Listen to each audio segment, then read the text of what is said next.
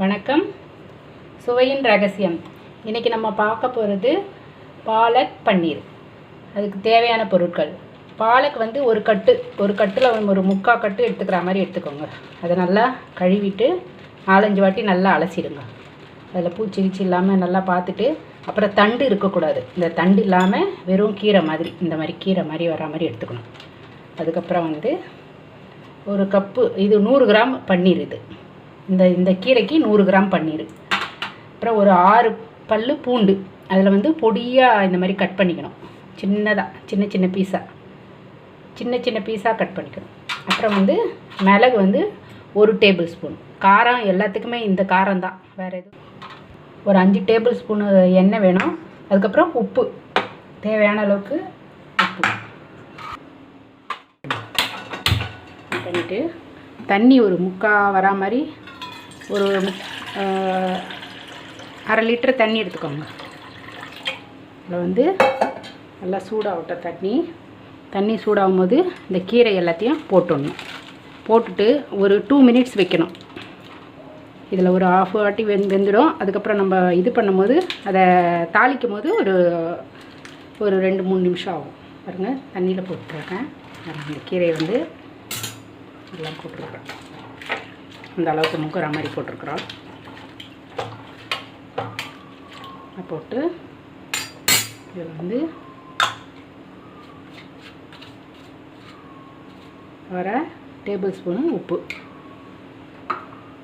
நல்லா கொதிக்கட்டும். அது நல்லா ரொம்ப கொதிக்க வேண்டாம். ஓரளவுக்கு சூடு வந்து இதுவானவனே நம்ம ஆஃப் பண்ணிவிடுவோம். ஸ்டவ் ஆஃப் பண்ணிவிட்டு இதில் இந்த பவுலில் போட்டுக்கணும். இப்படி எடுத்து போட்டுடணும்.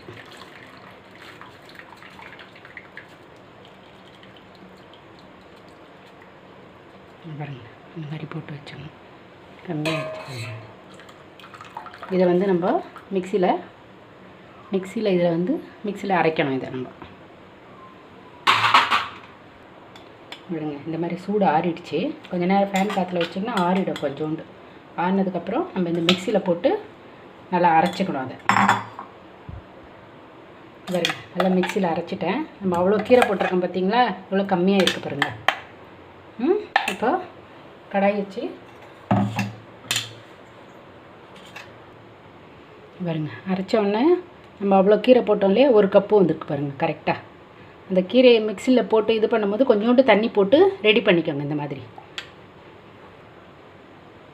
ஸ்டவ் ஆன் பண்ணிவிடுவோம். ஸ்டவ் ஆன் பண்ணிவிட்டு இப்போ வந்து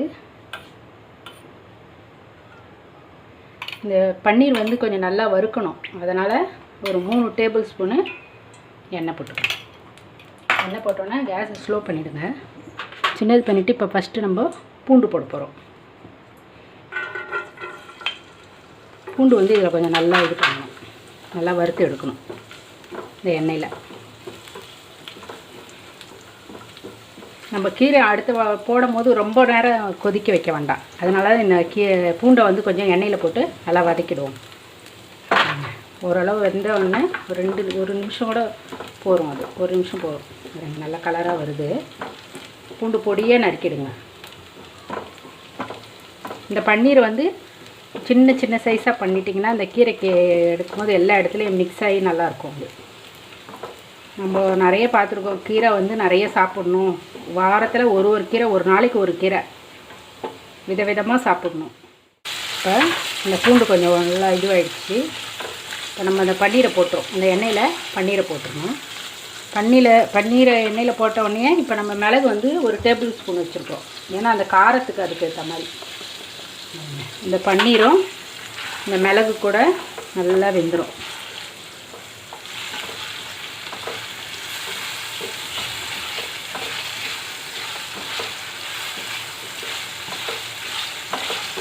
இது உடனே சீக்கிரம் ரெடி ஆகிடும். இது சப்பாத்தி கூட ரொம்ப நல்லாயிருக்கும். இது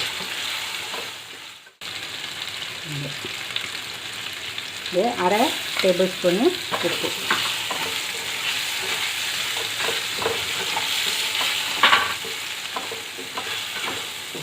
பார்த்திங்கன்னா நல்ல கலராக வந்துருக்கு பாருங்கள் எல்லாமே. இந்த பன்னீர் கூட இந்த மிளகு சேர்ந்தோடனே காரத்துக்கு கரெக்டாக இருக்கும். இப்போ நம்ம இந்த கீரை போட போகிறோம்.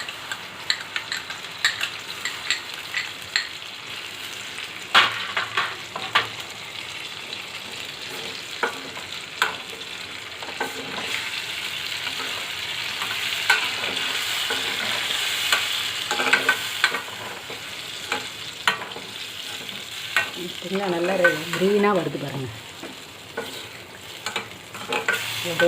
ஒரு நிமிஷம் அதை நல்லா இது கலக்கி விடுங்க. அப்படியே அதை கொதி வந்தோன்னா நம்ம ஆஃப் பண்ணிக்கலாம்.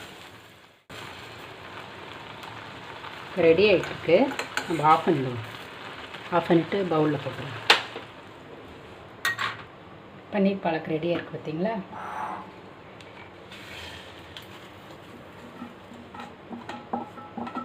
ரொம்ப ஹெல்த்தியானது. சப்பாத்தி கூட ரொம்ப டேஸ்ட்டாக இருக்கும்.